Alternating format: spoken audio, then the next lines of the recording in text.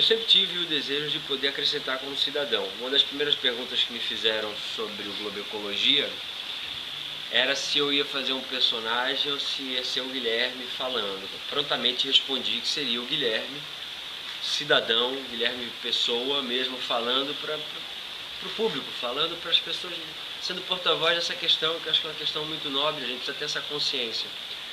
Minha mãe sempre me deu educação, então nunca fui uma pessoa de pegar papelzinho de chiclete, lata de refrigerante, seja lá o que for, ficar jogando na rua. Eu sempre tive a plena consciência de que eu sou responsável pelo ambiente que me cerca. Eu acho que isso do ponto do meu, a questão individual, eu como indivíduo, eu sei que eu não devo sujar, eu sei que eu devo tentar manter, eu sei que eu devo cuidar do que me cerca.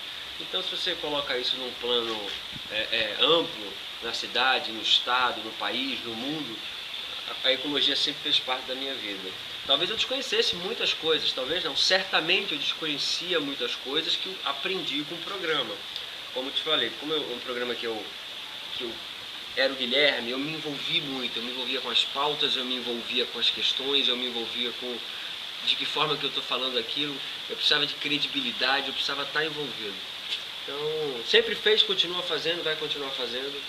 E você acha que o convite para fazer o Tainá 3 teve a ver com essa imagem do Globecologia?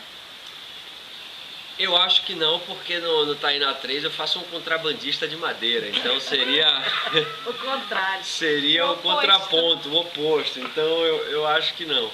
O convite da Tainá 3 veio através da Rosane Schwartzman, com a produtora de elenco, que precisavam de um vilão, e eu abracei também uma bela oportunidade, porque eu precisava fazer meu primeiro vilão. E eu sempre tive um público infantil muito bacana, sempre tive... Essa era uma das perguntas que a gente ia fazer. Quando é que você ia fazer o seu vilão? Esse daí, já está respondido. Deve estrear o filme agora em junho, nas férias de meio de ano. E eu acho que é isso. Eu abracei. O público infantil, juvenil, eu adoro. As melhores oportunidades para aqueles que pretendem seguir uma carreira em artes cênicas ainda são no Rio e São Paulo, principalmente o Rio.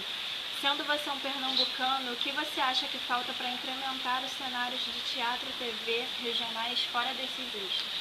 Existe é óbvio que você tem alguma programação de televisão, de cinema, de teatro local, mas não dá pra... A gente tem uma tradição de anos e anos aí no Rio de Janeiro e São Paulo, em publicidade, em cinema, em teledramaturgia, então o foco acaba sendo aqui mesmo, onde tem se faz há mais tempo, existem mais profissionais fazendo, é onde as ideias nascem, onde o poder de execução é maior. Eu acho que para incrementar as regiões, acho que a gente tem grandes oportunidades hoje, como por exemplo a internet, né? Não sei se a web TV, por exemplo, você tem essas webséries, hoje com acesso à tecnologia, uma boa ideia, e pessoas comprometidas, profissionais competentes para poder fazer essas programações, você consegue desenvolver. Agora, eu não sei se é difícil eu tive que sair de Recife para São Paulo em busca de formação, não que em Recife eu não tivesse, eu comecei em Recife, mas eu precisava ir para o mercado nacional, de São Paulo eu fui para o mundo, de São Paulo eu fui para o Brasil, de São Paulo... Então acaba que entre São Paulo e Rio de Janeiro, o que é feito em São Paulo e Rio de Janeiro é feito para o Brasil, e o que é feito nas regiões, por exemplo, em Recife, acaba ficando divulgado ali no estado, nos estados vizinhos e tal. Então, realmente, para você ir para o mercado nacional, você tem que ficar entre o eixo Rio-São Paulo. E você chegou a ser professor de inglês. A experiência como ator ajudou na profissão? Absolutamente. Porque a partir do momento que você está diante de um público, você tem alunos, você, de alguma forma, você tem que incorporar algum personagem. E ali, no caso, o professor de inglês, você tem que inclusive usar de recursos para desinibir, né? Para você pegar o aluno que está travado, que acha que fala, que tem um problema com pronúncia, que não se sente à vontade ao falar o idioma, você quebrar essas barreiras através de recursos da artes cênicas mesmo, né? aquecimento de voz, alongamento, brincadeiras interativas. Isso tudo ajuda muito na hora de você sensibilizar para você passar um conhecimento. A sua carreira hoje em TV é maior que a de teatro. Você pretende, apesar das dificuldades financeiras que o teatro impõe, implementar isso no futuro, certo? Então, Guilherme, que tipo de teatro você mais aprecia como espectador? Como espectador eu gosto de todo tipo de teatro, mas eu tenho, obviamente, minhas preferências. Eu adoro comédia, gosto bastante. Qual foi a última comédia que você assistiu? Deixa eu ver aí. Faz tempo que eu não lembro exatamente. Eu vi um belo espetáculo que a minha amiga Vanessa Gerbelli faz, chama Heleninha e Marlene. Emilinha e Marlene. Emilinha e Marlene, que a gente... A gente foi na estreia. A gente foi na estreia. Que assim, é um espetáculo que não é propriamente comédia, mas é um espetáculo com muito humor, muito engraçado. Comédia. As duas, né? E a relação das duas me traz muito humor. Emily e Marlene, não sei se tem cartaz. E a interação vai para o Shopping da Gávea agora. Por acaso, um amigo da Solange foi na loja ontem e me falou que está indo para o Shopping da Gávea agora. Então fica dada a dica aí, Shopping da Gávea, Emilinha e Marlene, belo espetáculo, leva pra família. E a interação do público é um absurdo. Eu voltei, né, no último dia do ano passado, e aí eu encontrei com o pessoal da Marlene, que foi quem me convidou para assistir a peça. Aí ele já chegou assim para mim e falou: a macacada da Emilinha tá toda aí. Aí você vê os velhinhos com uma camisa de malha, com a foto da Emilinha, todo mundo igual. E no meio da peça começaram a jogar serpentina e confete no palco. Agora você imagina o contra-rega tendo que tirar aquilo tudo porque vai mudar a cena. Claro. Porque vai sair do rádio, vai entrar numa casa, a cena e tal. E o cara desesperado puxando ali, né? E na hora que elas discutiam, o público assim: é isso mesmo, ela é isso, ela é aquilo, é isso mesmo. O público virou parte integrante do... propriamente, né? Maravilhoso. Então você daria um belo musical, sabia, pra você? Eu... Vou torcer pra te ver no musical. Isso tem a ver com a próxima pergunta. Em Malhação e Vidas em Jogo você canta. Você tem interesse em seguir nessa área ou no teatro musical? A música eu sou um ator meio musicado, né? Eu tenho bastante vontade de cantar. Eu fiz pouquíssimas aulas de canto. Mas eu tenho uma coisa que eu gosto, que é colocar um pouco de reverência, acho que a música sensibiliza também. Então eu canto com a alma. Então a música acaba me perseguindo e eu gosto. Na Malhação me perseguiu, Bang Bang me perseguiu, Vidas em Jogo me perseguiu. E é sempre um desafio. É sempre um desafio porque você não sabe para que rumo isso, para onde que vai. Mas eu não tive a oportunidade de cantar no teatro ainda. Eu costumo exercitar isso mais em televisão. Tá esperando o convite. Opa, daqui a pouco chega então aí o convite para fazer um musical no teatro. Vai chegar. O que mudou na sua vida depois do Globo Ecologia? Você passou a ver o meio ambiente com outros olhos? Acho que... Você conheceu mais alguma coisa? Teve alguma coisa que te chamou a atenção? A gente escuta muita coisa e quando você passa a ver e fazer parte, você está envolvido, você está vendo de dentro para fora, sem dúvida a tua leitura muda completamente. Então, muita coisa mudou. A gente fica chocado com as questões. Por exemplo, tem um programa que me chamou muito a atenção, que é um processo de desertificação no Nordeste, que é o fato de você plantar e aí aquele solo não é tratado, você faz plantações ali, aquele solo começa a perder os minerais, ele não é cuidado novamente para poder ficar fértil, e aí você gera um processo de desertificação, você não consegue plantar mais nada ali, e ali aquela área fica estéril.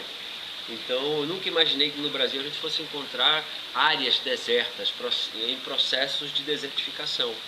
Então isso me chocou muito, porque a gente sempre escuta falar no Brasil como terra fértil, onde você planta dá, de repente você escuta falar sobre processo de desertificação, fala deserto, você lembra da Califórnia, você lembra do Oriente Médio, como é que você vai lá no Nordeste, você vem aqui no Brasil, o mais tem as secas, mas é diferente, a seca é a falta de, não tem a chuva, né? Você está seco, é diferente de ser deserto. Isso me chamou bastante atenção, porque aí você começa a ver os desequilíbrios, né? Nos dias de hoje, e cada vez mais, os jovens vêm levantando a bandeira da sustentabilidade. Você consegue enxergar essa mudança? Consigo. A gente precisa... A gente fala muito aí, eu vou falar de uma questão ampla do nosso país. A gente fala muito do crescimento do Brasil. Que o Brasil agora com Olimpíadas, com Copa do Mundo, com isso. Fato, o Brasil está desenvolvendo a olhos vistos, a gente vê grandes melhorias, mas eu paro para me perguntar, será que a mente do povo brasileiro está acompanhando? Eu falo aí a questão da educação, que é onde nasce a questão da sustentabilidade. Você tem a sustentabilidade faz parte deve fazer parte do currículo escolar. Deve fazer parte do currículo escolar, né, de cada um. Então, a educação, essa consciência, será que está sendo feita? Eu acho que as campanhas, os programas, o próprio Globo Ecologia já abriu muito a cabeça, já se fala mais, a discussão está em questão, as pessoas já começam a tentar mais, mas eu acho que assim, por uma questão de postura, as pessoas precisam ter mais consciência, as pessoas precisam estar mais atentas a isso, precisam saber que toda ação tem uma reação e isso não é brincadeira. O meio ambiente responde ao que a gente faz. Eu não estou falando de coisas enormes, não. Se eu for falar da questão industrial, estou falando você, estou falando do indivíduo, não estou falando, vou falar com a empresa tal, porque isso também virou um negócio. Tem um econegócio hoje também. Hoje em dia você desenvolver alguma coisa ecologicamente correta dentro da tua empresa, você gera outros benefícios econômicos, isso tudo é muito positivo você ter essa discussão, mas começa com a gente. O que eu posso fazer, eu tenho que fazer. O que você pode fazer, você tem que fazer. O que ela pode fazer, ela tem que fazer. Eu acho que é uma bandeira a se levantar, que eu acho que a criança, quando ela vai para a escola, ela já devia ter essa consciência. Eu acho que as escolas deviam ter no currículo. Sim. Obrigatoriamente sobre economia. Mas aí você levanta uma questão que para mim me deixa até muito triste. Até que ponto, a gente está falando de escola, mas as escolas particulares talvez se fale mais, mas as escolas estaduais, as escolas públicas, e aí, como é que fica? É complicado, a gente tinha que ser muito incisivo nessa questão. A educação, ela cria a tua possibilidade de ser. Ela cria a tua mente para você ser alguém. E a gente tem um país, um povo rico, com tanta versatilidade, isso eu sinto falta. Essa vontade, as pessoas têm vontade de respirar, as pessoas têm vontade de realizar os sonhos, as pessoas têm vontade de alcançar os seus objetivos. Mas no meio do caminho se perdem. Por quê? Porque às vezes não tem onde se apegar. Exatamente.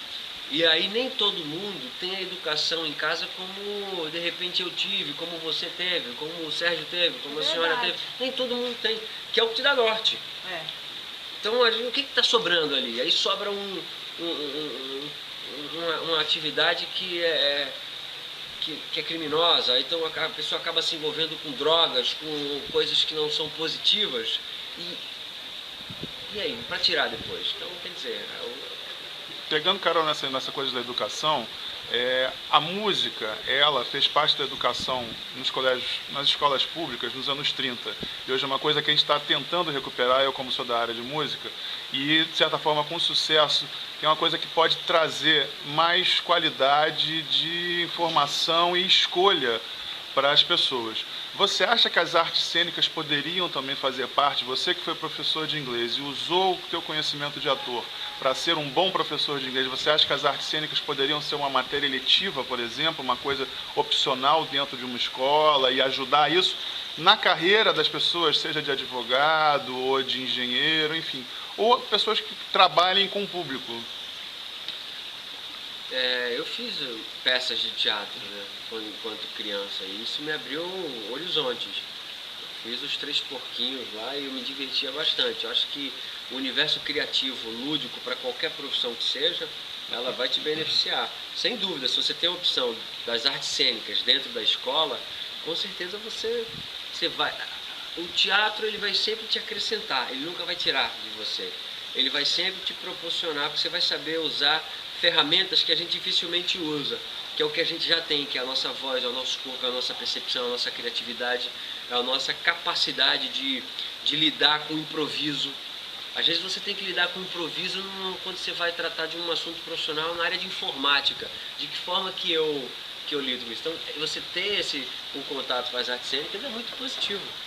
Eu acho que para qualquer profissão. Eu lembro que eu fiz um curso de teatro lá em São Paulo, E entre os alunos existiam advogados, tinham pessoas da área comercial, tinham pessoas de diversas áreas que estavam experimentando o teatro com essa possibilidade, com esse olhar. O que eu posso extrair do teatro, o que eu posso utilizar na minha profissão. Isso é maravilhoso, porque às vezes a timidez, ela impede de você chegar em determinados lugares. Não é você ser introspectivo, é uma timidez mesmo. O medo de falar com as pessoas, de fazer uma pergunta, de se expor. Tem gente que tem medo de se expor.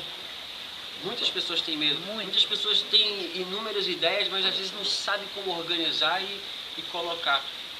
Então, isso é exercício, né? O teatro é um exercício constante. Então, acho que é uma ferramenta muito positiva. Bom. Guilherme, falando agora um pouco do seu lado pessoal. Você parece ter uma espiritualidade bastante trabalhada. Depende. Eu não sei se eu vou falar do meu lado pessoal, não. Mas é bem leve, não tem nada leve. Você parece ter uma espiritualidade bastante trabalhada. Você segue alguma religião? Não, eu não sigo nenhuma religião. Eu tenho exemplos. Eu tenho um modo, um estilo de vida. Eu vejo o exemplo, por exemplo, de Cristo. Sou cristão. Então eu vejo um cara que circulou em todos os ambientes, com todo tipo de pessoa e não vejo nenhum tipo de julgamento. Pelo contrário, está sempre querendo ajudar, está sempre pensando no próximo, está sempre trazendo uma mão de ajuda. Esse aí é a minha referência, eu sou seguidor de Cristo. E como é que é a vida de casada? Sua esposa é do meio artístico também? Não, minha esposa é psicóloga e basicamente isso. Ela tem algumas outras funções, mas está a caminho de.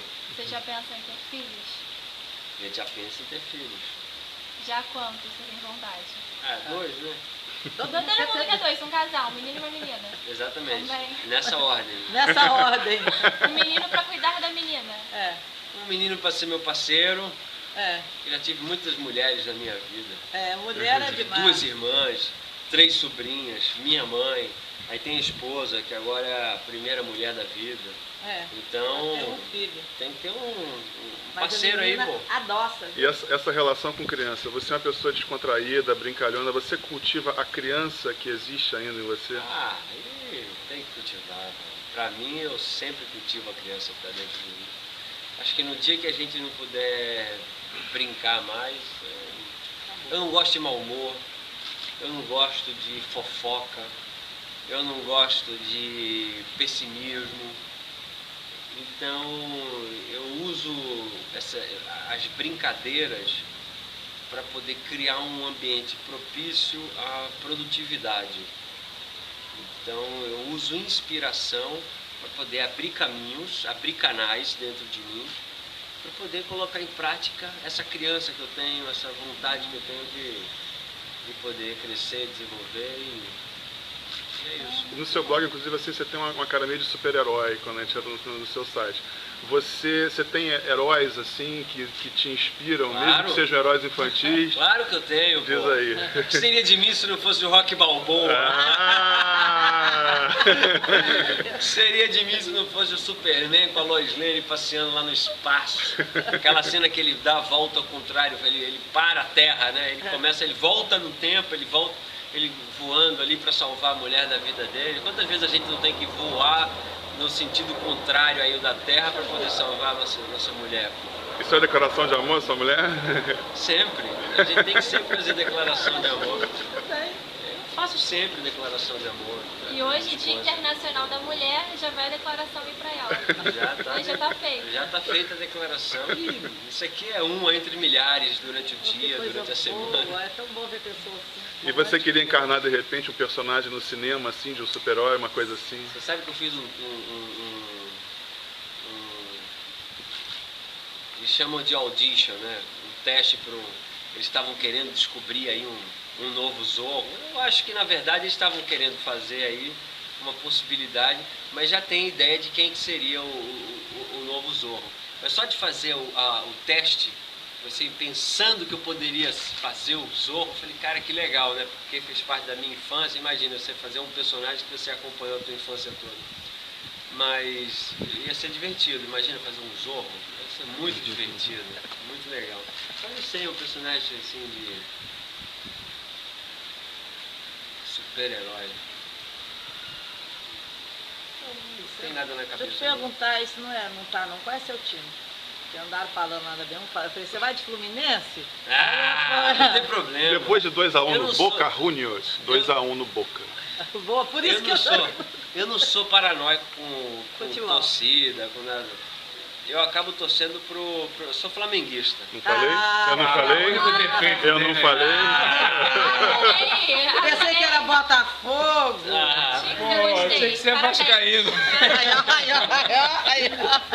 Aí Acertou não com a tava luva. tudo indo bem na Pô, entrevista. foi Pô, porque tá gerei uma vendo? discórdia, meu Você foi irmão. baixar o nível, mas porra, Ah, Só falando um jornalista aqui. Flamengo.